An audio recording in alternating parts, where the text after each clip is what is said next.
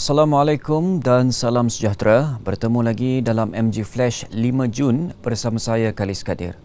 Kita ke berita utama. Kerajaan belum membuat sebarang ketetapan terhadap cadangan melarang atau membenarkan ahli parlimen yang dituduh di mahkamah daripada menghadiri sidang di Dewan Rakyat. Perdana Menteri Datuk Seri Ismail Sabri Yaakob menjelaskan perkara itu masih belum dibawa ke meja perbincangan Jemaah Kabinet dan ia hanya sekadar cadangan Menteri di Jabatan Perdana Menteri Datuk Seri Dr. Wan Junaidi, Tuanku Jaafar. Jelas beliau, perkara berkenaan perlu diteliti dengan mengambil kira pelbagai aspek. Bahkan katanya masih terlalu awal untuk Kabinet membuat ketetapan mengenai cadangan ke arah itu. Selain Jemaah Menteri perlu merujuk semula Akta Perkhidmatan Parlimen. Itu masih terlalu awal sebab kita akan membawa semula Undang-Undang Perkhidmatan Parlimen tu. Parliamentary Services Act. Kita akan bawa semula.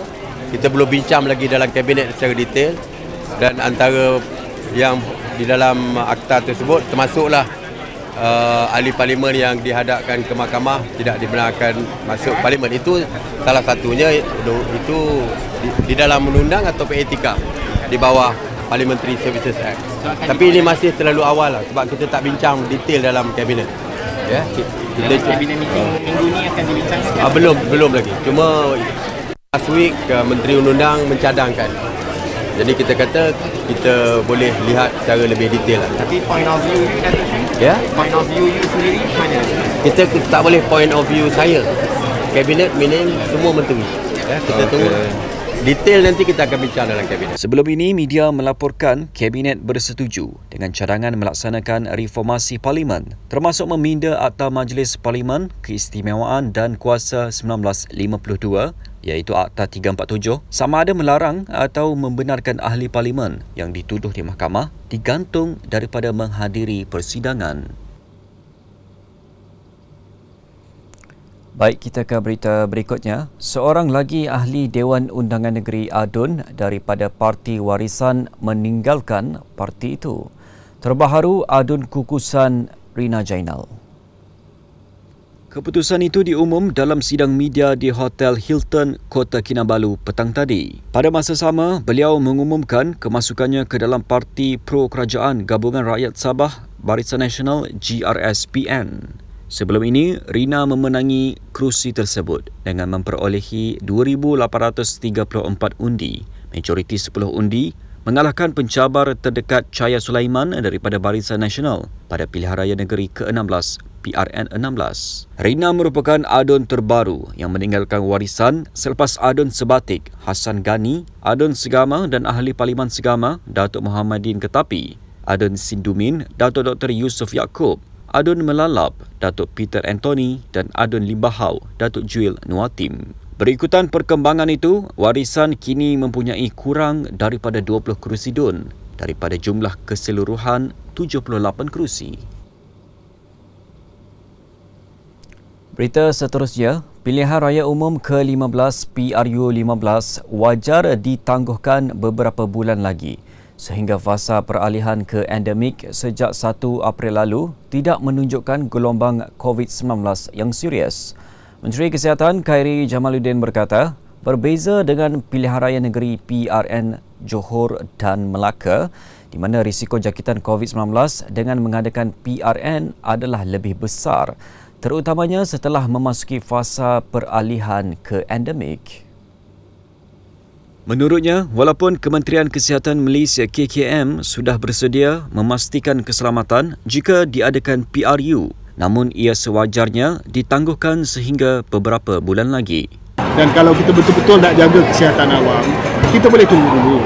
Kita boleh tunggu sehingga kita tengok beberapa bulan lagi kita peralihan ke endemik ini tidak mencetuskan gelombang yang terlalu serius, maka saya lebih selesa sebagai Menteri Kesihatan pada waktu itu.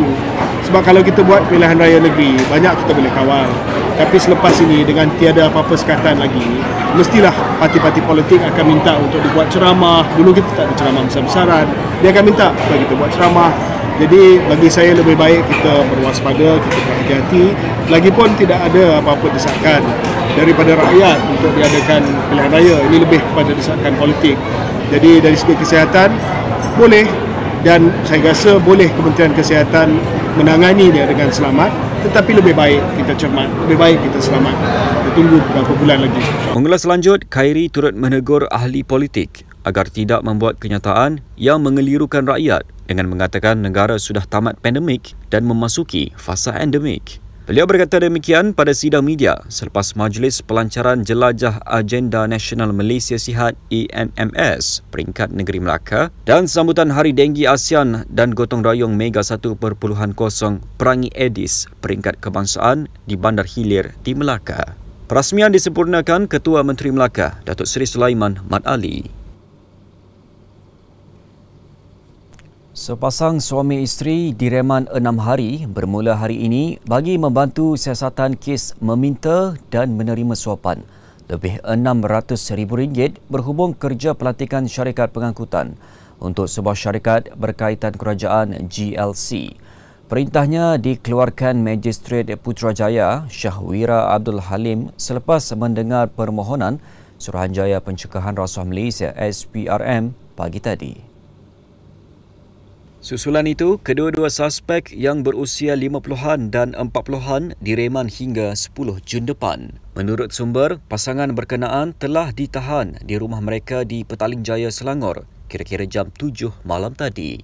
Katanya suspek lelaki yang berkhidmat sebagai eksekutif kanan di sebuah GLC disyaki meminta habuan bulanan kira-kira RM20,000 sebagai balasan melantik sebuah syarikat pengangkutan bagi penghantaran produk berasaskan minyak ke seluruh negara untuk tempoh antara Julai 2019 hingga April 2022.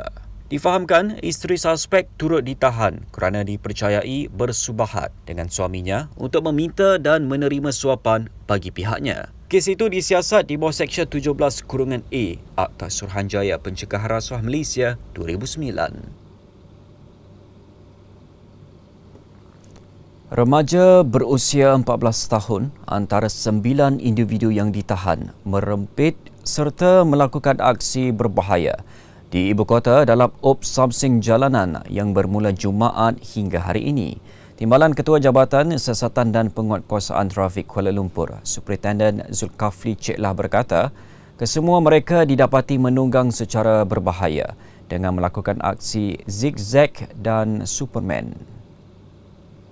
Dalam kenyataannya berkata, kesemua tangkapan berusia lingkungan 14 hingga 21 tahun itu dibawa ke Balai Polis Trafik Kuala Lumpur. Menurut Superintendent Zulkafli, kesemua mereka akan dituduh di bawah Seksyen 42(1) Akta Pengangkutan Jalan 1987 kerana memandu secara melulu dan berbahaya sehingga mengganggu pengguna jalan raya lain. Jelasnya, operasi tersebut dilakukan di Jalan Raja Laut, Jalan Tun Razak, Jalan Kuching dan Lebuh Raya Damansara Ulu Klang. Dengan secara keseluruhannya, 436 saman dikeluarkan. Jumlah tersebut termasuk operasi yang dijalankan melalui op bersepadu, op had laju, op motosikal pelbagai kesalahan dan op mabuk. Bagi tujuan berkenaan, pihaknya akan mempertingkat operasi pada hujung minggu bagi mencegah sepenuhnya aktiviti samsing jalanan serta menjaga keselamatan pengguna jalan raya. Sebanyak 5.6 juta kenderaan membanjiri lebuh raya seluruh negara, menyebabkan aliran trafik sesak di beberapa laluan utama sejak Jumaat. Ketua Penolong Pengarah Jabatan Siasatan dan Penguatkuasaan Trafik JSPT Bukit Aman, Superintendent Bakri Zainal Abidin berkata, jumlah berkenaan menyamai jumlah yang dicatatkan semasa malam sebelum Hari Raya Aidilfitri baru-baru ini. Katanya 5.32 juta kenderaan telah dikesan kemarin dan ia terus mencatatkan peningkatan berikutan cuti panjang. Kesesakan dilaporkan pada hampir semua laluan utama menghala keluar dari Lembah Kelang, menghala ke barat, timur dan selatan tanah air. Menurut Superintendent Bakri Zainal Abidin, sejak fasa peralihan endemik, jumlah trafik harian di lebuh raya utama adalah sebanyak 4.52 juta kenderaan, menyamai jumlah dicatatkan semasa pra-pandemik pada Mac 2020. Dalam perkara berkaitan, beliau juga meminta kerjasama pemandu kenderaan yang memiliki kamera papan pemuka untuk berkongsi rakaman mereka yang biadab dan mengingkar peraturan di lebuh raya melalui laman Facebook rasmi JSPT Bukit Aman PDRM. Jelasnya, ia bagi membolehkan pihaknya menjejaki dan mengambil tindakan ke atas pengguna jalan raya yang mengingkari undang-undang dan memandu secara berbahaya sehingga mengundang risiko bahaya kepada pengguna lain. Berita itu tadi mengakhiri MG Flash buat masa ini. Teruskan bersama kami untuk mengikuti perkembangan terkini di platform media sosial Malaysia Gazette di Facebook, Twitter, Instagram dan YouTube atau melalui portal di www.malaysiagazette.com. Assalamualaikum dan salam hormat.